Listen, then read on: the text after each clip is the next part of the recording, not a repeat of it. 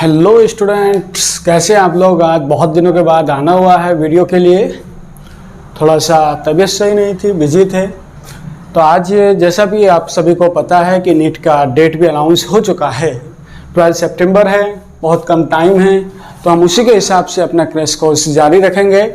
आज का हमारा टॉपिक है नीट का chemical equilibrium, that is the way of the writing of equation. आज का हमारा टॉपिक है way of the writing of equation, way of the writing of equation. कौन सा टॉपिक है? Way of the writing of equation. Chemical equilibrium constant हमारे equation के लिखने के तरीके पर भी डिपेंड करता है।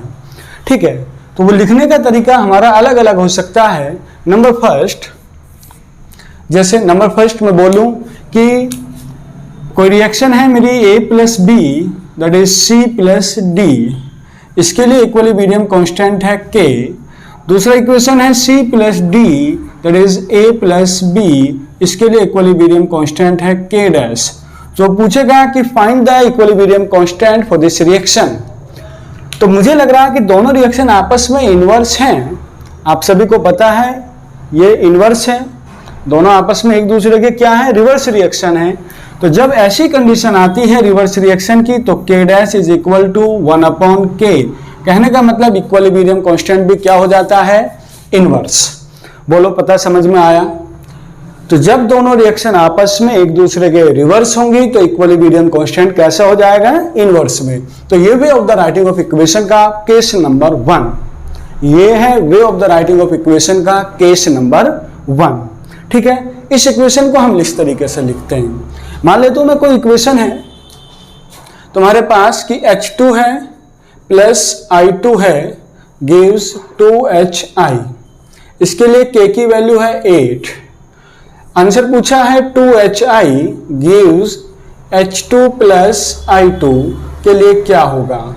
तो सीधी सी बात है, जब दोनों आपस में इनवर्स हैं तो आंसर हो जाएगा 1/8। हम इक्विलिब्रियम कांस्टेंट के लिखने के तरीके पर डिपेंड करते हैं कि वो कैसे लिख रहे हैं। That is the case number 1। ठीक है, नेक्स्ट टॉपिक है बच्चों इसी का केस नंबर 2। वो केस नंबर 2 क्या है? वो केस नंबर 2 क्या है सुनेंगे। If any reaction multiply by N factor, if multiply by N factor, कोई एन फैक्टर से किसी भी रिएक्शन को मैं क्या कर रहा हूं? मल्टीप्लाई। मैं मान लेता हूं मेरे पास कोई रिएक्शन ये रही A plus B that is C plus D. इस रिएक्शन को मैंने मल्टीप्लाई कर दिया एन फैक्टर से, NC और ND। मान लेते हैं इसका K है तो इसका K डबल डैश क्या होगा? तो बात कुछ नहीं है, K double dash is equal to K, जिस फैक्टर से मल्टीप्लाई कर रहा हूं वो होगा N। तो वो पावर में चला जाता है। मैंने n की जगह 2 रखा तो k की पावर 2, मैंने n की जगह 3 रखा तो k की पावर 3। तो कहने का मतलब जिस भी फैक्टर से मल्टीप्लाई करेंगे इक्वेशन में वो k की पावर पर चला जाता है। तो इक्विलिब्रियम कांस्टेंट लिखने के 2 तरीके हुए अभी भी। तो कहने का मतलब मैं n की वैल्यू यहाँ 2 ले लूं तो बोलो k dash is equal to कितना हो जाएगा? k की पावर 2। ये तरीका होता है इक्विलिब्रियम कांस्टेंट को लिखने का तरीका। यहां से बहुत इंपॉर्टेंट क्वेश्चंस आते हैं नीट के पॉइंट ऑफ व्यू से। तो इक्वेशन नंबर 3 की बात करेंगे आप, केस नंबर 3। फिर एक क्वेश्चंस बनाएंगे इन सब का। अब है case number 3। Case number 3, if reaction is the multiple step, multiple step होगा कभी। बात करेंगे हम कौन से स्टेप की? मल्टीपल स्टेप की। जैसे मान लीजिए कोई रिएक्शन मेरे पास जो कि A से B बना है जिसका K1 है, फिर B से C भी बना है जिसका मेरे पास K2 है, फिर C से D भी बना है जिसका मेरे पास K3 है। तो वो पूछ रहा है कि A से D के लिए K की वैल्यू क्या होगी? मतलब more than 2 step, that is the multiple step. More than 2 step is known as multiple step. तो जब ऐसा क्वेश्चन आ जाए तो सीधा इक्विलिब्रियम कांस्टेंट सिंगल स्टेप का निकालने के लिए मल्टीपल प्रोडक्ट कर देते हैं, K1 K2 K3 as so on. ठीक है, तो इस क्वेश्चंस को आप ट्राई करना, it is the very most important questions. तो यहाँ से क्वेश्चन आता है इक्विलिब्रियम कांस्टेंट के लिखने का तरीका। अब मैं एक एग्जांपल लेके बताता हूँ आप लोगों को, ठीक है। ओवरऑल रिएक्शन का इक्विलिब्रियम कांस्टेंट निकालना है। एक एग्जांपल है मेरे पास कि A से बन रहा है B, जिसके लिए K की वैल्यू है मेरे पास 10, ठीक है, K वैल्यू है 10। B से बन रहा है C, जिसके लिए K की वैल्यू है 1/10, ठीक है। C से D जा रहा है, लेकिन यहाँ इक्वेशन है D से E, K की वैल्यू है मेरे पास 0.1। तो क्वेश्चन पूछ रहा है कि find the value of A to D, that is the equilibrium constant, ठीक है। तो that is the multiple step process, it is also known as the multiple step process. तो बोलो मल्टीपल स्टेप प्रोसेस में हमेशा याद रखेंगे K1 dot K2 dot K3। अब सुनेंगे एक बात, A से B जा रहा, दैट इज द रिवर्स, सही प्रोसीजर है। B से C भी सही प्रोसीजर है, लेकिन C से D जाता है ना कि D से E, C से D जाता है ना कि D से E, समझ गए। तो ये D से C गया, तो इसका मतलब ये रिएक्शन उल्टा हुआ, रिवर्स हुआ। तो मैं लिख दूं K1 is equal to 10, K2 is equal to that is 1/10। तो K3 जब रिवर्स रिएक्शन है आपस में एक दूसरे के, तो 1/0.1। बोलो ये भी 0 से 0 कटा, तो K टोटल कितना आया मेरे पास 10। तो जब आपस में रिएक्शन मल्टीपल स्टेप में भी रिवर्स होती है या मल्टीपल फैक्टर होता है, तो उसको हम उसी तरीके से ट्रीट करेंगे। दैट इज रिवर्स है तो इन्वर्स कर दिया, मल्टीपल होता है तो यहाँ हम क्या कर देते, किसी भी फैक्टर का मल्टीपल कर देते, जो मेरा सवाल में दिया होता है। इस बात को ध्यान से सुनेंगे, ठीक है। नेक्स्ट क्वेश्चन इसी का लेता हूं मैं फिर। बोलो नेक्स्ट क्वेश्चन लिया जाए क्या, ठीक है। ये आपके लिए होमवर्क में दे रहा हूं। Calculate the equilibrium constant for A to D। Calculate the equilibrium constant for A to D। यह आपका होमवर्क है। इफ रिएक्शन नंबर 1 A से B गया, रिएक्शन नंबर 1 A से B गया, इसके लिए है मेरे पास K बराबर K1, K बराबर K1। दूसरा रिएक्शन है 2 से गया 2B, दैट इज K बराबर K2। तीसरा रिएक्शन है D से गया C, D से गया C, दैट इज K बराबर K3। बोलो K बराबर कितना है, K3। तो मुझे पूछा सवाल ने कि A से D का वैल्यू क्या होगा। तो इस रिएक्शन में बहुत इंपॉर्टेंट प्रोसीजर कि A से D का वैल्यू क्या होगा। तो आपका ये होमवर्क है, इस क्वेश्चंस को करके लाना, ठीक है। मल्टीपल स्टेप प्रोसेस के लिए हम इस इक्वेशन को ऐसे ही देखते हैं जैसे हम रिवर्स प्रोसेस में देखते हैं या मल्टीपल फैक्टर में देखते हैं, ठीक। आज का पॉइंट ये था, way of the writing of equation. अब आगे बात करते हैं हम डायरेक्शन ऑफ रिएक्शन कैसे प्रेडिक्ट करेंगे। प्रेडिक्ट द डायरेक्शन, कि रिएक्शन मेरी फॉरवर्ड है या रिएक्शन मेरी बैकवर्ड है, उस डायरेक्शन को मुझे पता लगाना। तो उसके लिए मुझे पढ़ना पड़ेगा, उसके लिए मुझे दो चीजों का पता करना पड़ेगा। एक सबसे केस नंबर 1, दो चीज मेरे पास हैं, एक मेरे पास रहेगा KC, दूसरे मेरे पास रहेगा QC। QC represent the reaction quotient, QC represent the reaction quotient. It is not different, it is the same as the equilibrium constant. ये सेम तरीका है जैसे इक्विलिब्रियम कांस्टेंट का, वैसे QC का तरीका। मान ले तो ये दोनों केस बराबर आए, केस नंबर 1। दूसरा केस दैट इज इक्विलिब्रियम। बोलो कौन सा केस होगा ये, equilibrium. If KC is greater than QC, बोलो कौन सा केस होगा जब KC बड़ा होगा KC से। इसको आप लोग बताएंगे जब KC is greater than QC। बोलो जब KC मेरा बड़ा होगा KC से, QC से, that is reaction in forward direction.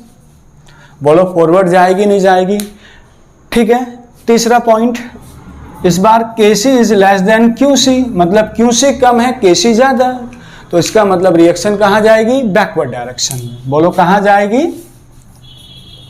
Backward direction में। तो ये पॉइंट मुझे याद करने पड़ेंगे कि इक्विलिब्रियम कांस्टेंट का वैल्यू कहाँ ज़्यादा है, कहाँ पर कम है, उसी के हिसाब से हम उसे सोल्व करेंगे, ठीक है। रिएक्शन इक्विलिब्रियम कांस्टेंट निकाल सकते हैं हम, लेकिन रिएक्शन क्वेश्चन का पता है तो क्वेश्चन से लगेगा या फिर उसे हम कैलकुलेट करेंगे। ठीक है, तो ये चीज़ें हमें पता होनी चाहिए। This is normal condition reaction prediction करने के लिए कि रिएक्शन मेरी फॉरवर्ड जा रही है या रिएक्शन मेरी बैकवर्ड जा रही है, तो इस चीज़ों का हमें पता लगेगा। ठीक है, अगला टॉपिक है Le Chatelier principle. It is very most important topic. ये बहुत अच्छा टॉपिक है और आसान टॉपिक है। मैं लिख दूं हेडिंग ले चैटरलेस प्रिंसिपल। ठीक है, ले चैटरले प्रिंसिपल। ठीक, ये बताता है मुझे शिफ्टिंग ऑफ इक्विलिब्रियम।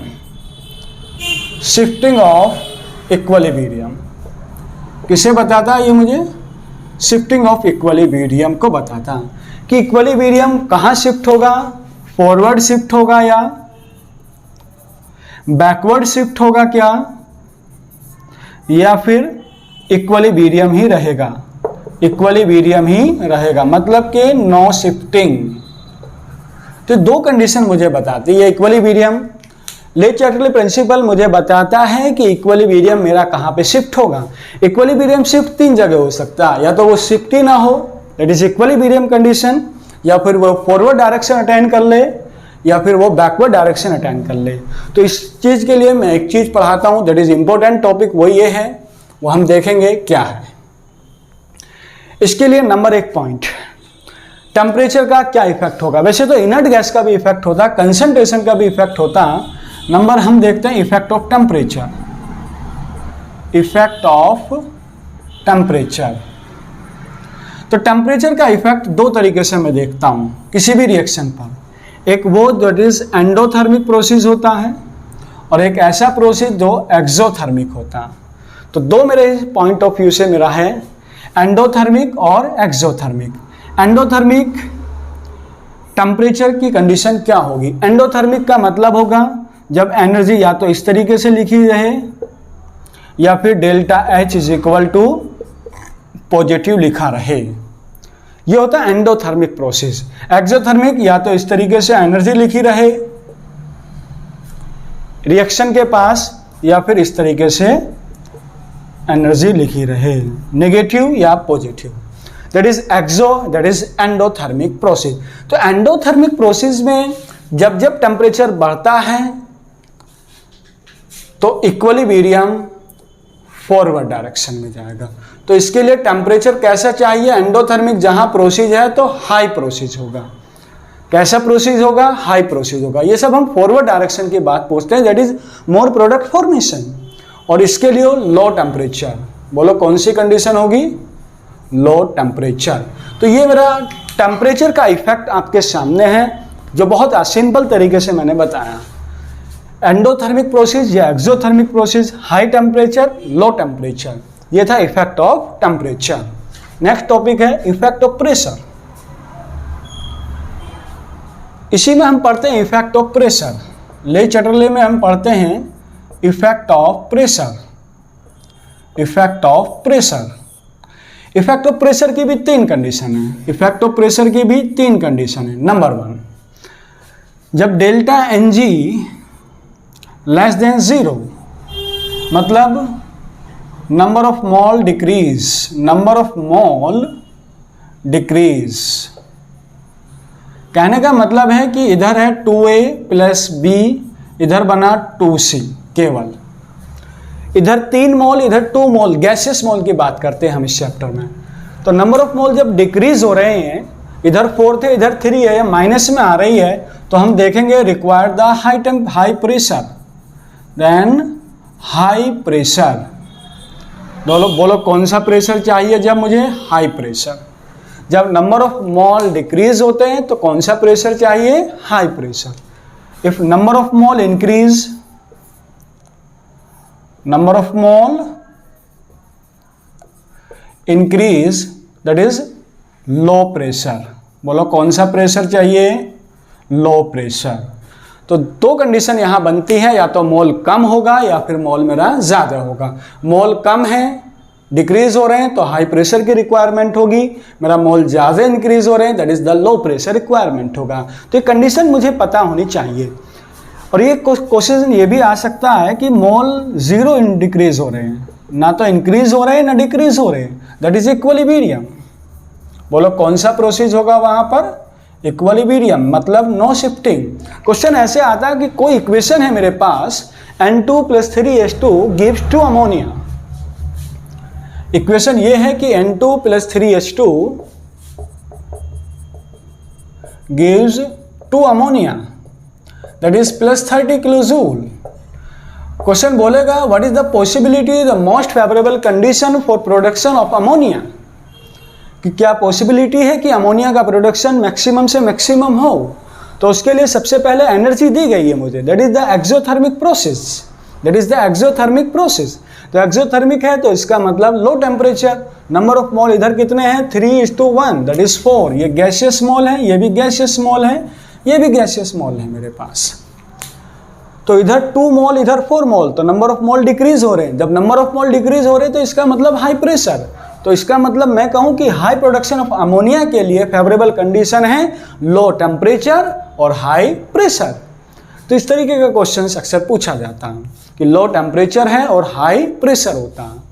ठीक है, तो ये है टेम्परेचर का इफेक्ट और प्रेशर का इफेक्ट। अब एक टॉपिक और पढ़ते हैं हम, that is inert gas, mixing of inert gas. एक लास्ट टॉपिक पढ़ते हैं हम, मिक्सिंग ऑफ इनर्ट गैस। ठीक है, mixing of inert gas, it is important. Mixing of inert gas, inert gas की मिक्सिंग कब होगी? जब डेल्टा एनजी की वैल्यू 0 हो तो मिक्सिंग ऑफ इनर्ट गैस का कोई भी इफेक्ट नहीं होगा। Delta N G is equal to 0 तो मतलब इक्विलिब्रियम अनचेंज्ड। बोलो कैसा रहेगा? अनचेंज्ड। बहुत सिंपल है, बस डेल्टा एनजी का ही पता होना चाहिए मुझे, बाकी किसी की ज़रूरत नहीं है। ठीक है, दूसरा डेल्टा एनजी मेरे पास 0 से ज़्यादा है। डेल्टा एनजी कैसा है? 0 से ज़्यादा, तो डिसोसिएशन इंक्रीज होगा। डिसोसिएशन कैसा होगा? इंक्रीज होगा, लेकिन कांस्टेंट प्रेशर पे इंक्रीज होगा, कांस्टेंट वॉल्यूम पे अनचेंज रहेगा। डिसोसिएशन इंक्रीज, P बराबर कांस्टेंट, और यहाँ क्या होगा? अनचेंज्ड। अनचेंज होगा, V बराबर कांस्टेंट। ये 3 चीज़ें। ठीक है, और यदि मैं बात करूँ delta N G less than 0, delta N G less than 0, तो यहाँ डिसोसिएशन डिक्रीज होगा, P बराबर कांस्टेंट पे, वॉल्यूम बराबर कांस्टेंट पर रहेगा, अनचेंज्ड। कैसा रहेगा? अनचेंज्ड। तो कंडीशन यही रहेगी। मिक्सिंग ऑफ इनर्ट गैस का कंसेप्ट ये है, डेल्टा एनजी 0 है तो कुछ भी चेंज नहीं होगा, डेल्टा एनजी ग्रेटर देन 0 है तो डिसोसिएशन इंक्रीज होगा, मतलब प्रेशर कांस्टेंट पर, वॉल्यूम कांस्टेंट पर कुछ भी नहीं होगा, चाहे डेल्टा एनजी 0 हो या ना हो। हमें ये ध्यान रखना बस। तो मिक्सिंग ऑफ इनर्ट गैस का कंसेप्ट ये है। तो ये पूरा कंसेप्ट है केमिकल इक्विलिब्रियम, ये पूरा कंसेप्ट है केमिकल इक्विलिब्रियम। तो आज के लिए इतना ही बहुत है। आप सभी से एक रिक्वेस्ट है कि आप इस चैनल को लाइक करेंगे, शेयर करेंगे, सब्सक्राइब करेंगे। अगला टॉपिक हमारा शुरू होगा, बहुत इंपॉर्टेंट टॉपिक शुरू होगा, जो बहुत जल्दी इसका वीडियो आएगा।